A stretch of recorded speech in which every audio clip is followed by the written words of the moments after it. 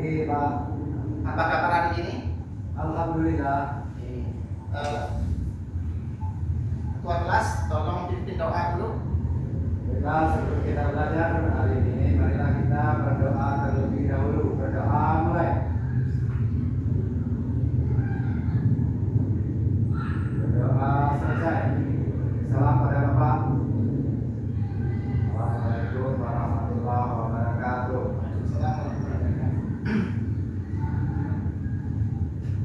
Baik, apakah ada yang tidak hadir hari ini? Hadir semua Pak. Hadir semua? Hadir semua. Oke, bagaimana anak-anak? Apakah hari ini siap untuk belajar? Siap. Oke, tahu belajar apa hari ini? Kita belajar tentang Coding dan kecerdasan artifisial. ya, coding dan kecerdasan artifisial. Ya, nah materi sebelumnya, apakah masih ingat anak-anak? Masih? Tentang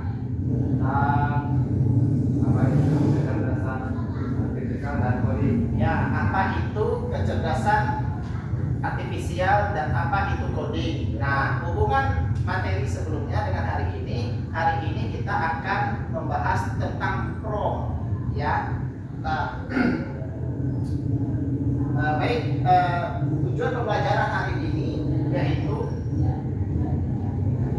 yang pertama, peserta didik mampu menjelaskan konsep dasar dan cara kerja KA generatif dan bagaimana prompt digunakan untuk menghasilkan output yang diinginkan.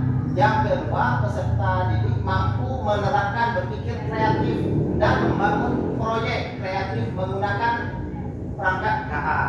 Nah, sekarang Bapak bertanya, ada yang pernah dengar apa itu prompt? Nah, Kenapa? Apa itu? Pernah dengar nggak? Kira ketika Bapak mengatakan prompt, apa yang terlintas di pikiranmu? prompt itu menulis perintah. Oke, menulis perintah ya. Nanti kita bahas ya di materi juga.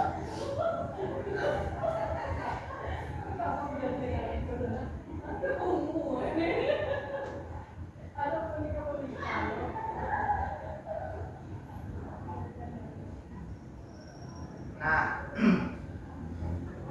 rencana kegiatan kita hari ini yaitu belajar sambil berdiskusi ya. Nah, itu tentang rekayasa prompt untuk kreasi konten ya. Apa itu generatif? AI generatif adalah jenis kecerdasan buatan yang mampu membuat konten baru dan unik seperti teks, gambar, musik, atau kode.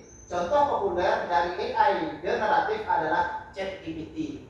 Nah, itu yang kita bahas untuk minggu lalu. Ya, masih ingat? Masih. Ya, ChatGPT yang menghasilkan teks dan lain-lain, yang menghasilkan gambar. Namun AI tidak bisa membaca pikiran kita. Ya, nah itulah fungsi dari prompt tadi. Ya, sebenarnya AI itu cerdas ya sebenarnya, tapi tidak bisa membaca pikiran kita. Makanya kita harus membuat prompt itu dengan jelas. Ya, ia hanya bekerja berdasarkan instruksi yang kita berikan. Instruksi inilah yang disebut prompt ya, tadi yang menjelaskan ya. Semakin baik prompt yang kita buat, semakin relevan dan kreatif hasil yang akan diberikan oleh AI. Nah, unsur prompt yang efektif. Yang pertama yaitu kejelasan. Nah, misalnya kejelasan contoh prompt buruknya yaitu buat cerita tentang liburan. Nah, tentang liburan itu kan umum. Bisa jadi menurut Rizal misalnya liburan ke Bali, atau menurut anak-anak yang lain bisa jadi liburan tentang ke kebun sendiri, atau ini kan masih umum ya. Kalau misal anak-anak sekalian membuat prompt di ChatGPT misalnya buat cerita tentang liburan. Nah, yaitu AI itu tidak akan bisa membaca apa yang kamu inginkan ya, karena perintahnya itu berbentuk umum. Nah, sedangkan contoh prompt yang efektif itu buat cerita pendek 500 kata. Nah, mungkin cerita pendek 500 kata ya. 500 kata tentang sekelompok remaja yang tersesat di hutan saat liburan dan bertemu dengan makhluk misterius. Nah, spesifitasnya berikan detail yang cukup, tentukan format, panjang, gaya, atau hal-hal lain yang spesifik. Misalnya, atau membuat prompt yang buruk, buatlah gambar kucing. Ya, kucing itu kan umum.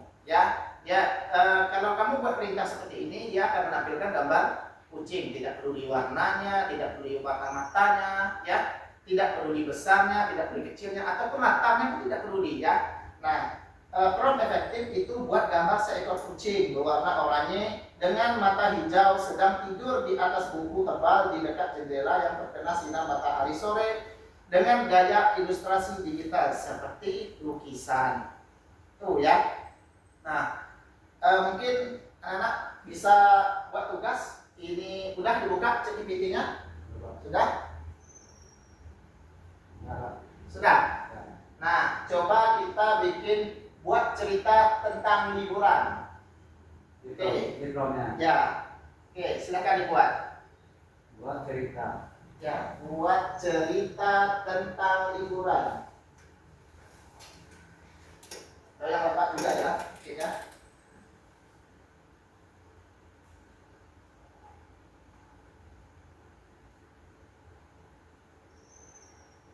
Sudah keluar, anak? Sudah, Pak. Boleh dibacakan? Dari hasil dari ChatGPT tentang cerita, ya. Cerita tentang liburan, ini liburan kasusnya liburan ke pantai selatan yang muncul. Oh, Pantai Selatan yang muncul ya. Yang muncul dari ChatGPT-nya ya. Dari hasilnya pada liburan semester lalu, Rina dan keluarganya memutuskan untuk pergi ke pantai selatan.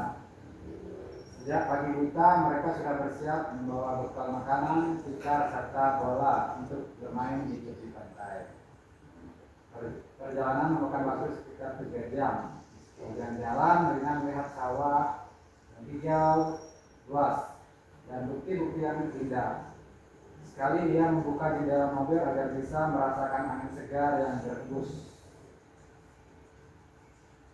Baca semuanya, Pak? Masih panjang, Pak? Nah, itu tadi cerita tentang liburan pantai selatan. Pantai Selatan. Nah, sedangkan yang Bapak tulis tadi buatlah perintahnya sama karena itu berbentuk umum yang Bapak muncul yaitu cerita liburan ke gunung.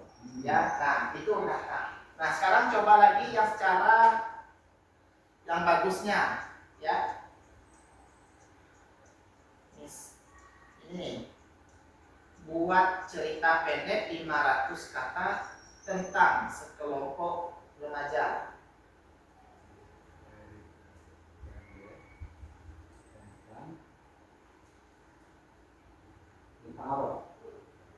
Tentang sekelompok remaja yang tersesat di hutan saat liburan. Saat liburan dan bertemu dengan makhluk misterius.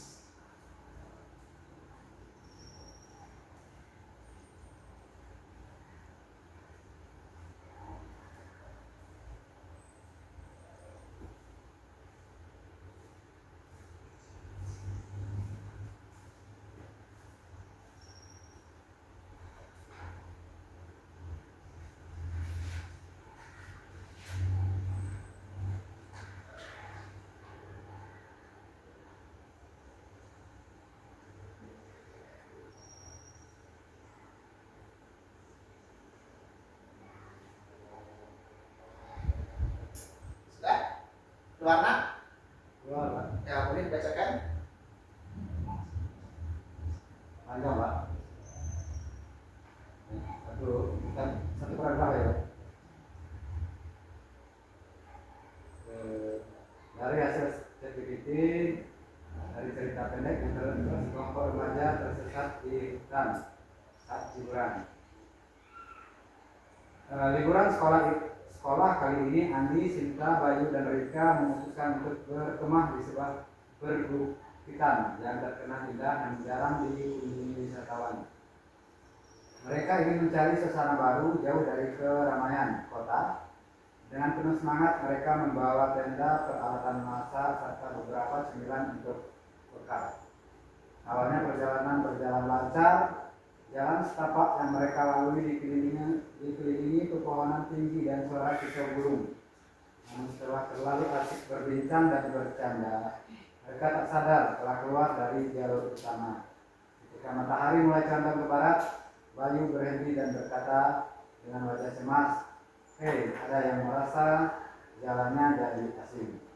Coba. Oke, dari cerita dari Rizal tadi, apakah ada di cerita itu bahwa remaja itu tersesat? Ya. Ada ya, karena dia memberikan prompt tadi itu sebisa mungkin ya. Ceritanya itu seperti menemukan makhluk misterius. Ada tadi ya, nak? Ada. Oke, nah itu ya dari materi kita hari ini. Ada pertanyaan? Ada? Ya. Ya, silakan. Jadi dalam pembuatan prompt ini, seandainya tadi kan 3 unsur ya. Ya. Unsur yang pertama jelas, Dasar. terus spesifik, terus ada kompleks. Konteks. Ya, seandainya dari prompt itu tidak ada ketinggalan dari 3 unsur itu misalnya, akankah memasukkan prompt yang spesifik yang yang mendapatkan output yang bagus enggak? Ya, sebenarnya tidak ya. Sebenarnya kita memberi prompt itu unsur-unsur itu ya harus efektif ya. Ya anak-anak, itu yang pertama kejelasan tadi atau spesifitas dan konteks ya. Nah, karena AI tadi itu tidak bisa membaca pikiran manusia itu tadi, sudah jelas ya. Ya, oke. Nah, sekarang Bapak yang bertanya ya. Nah, setelah kita belajar tentang ini, kira-kira kalian paham nggak apa itu prompt? Paham? Oke ya. Nah, materi selanjutnya kita akan bertemu ya tentang teknik-teknik prompting. Ya, itu kita akan bertemu tentang materi selanjutnya. Ya, Bapak tutup. Wabillahi taufiq wal hidayah. Wassalamualaikum warahmatullahi wabarakatuh. Waalaikumsalam warahmatullahi wabarakatuh.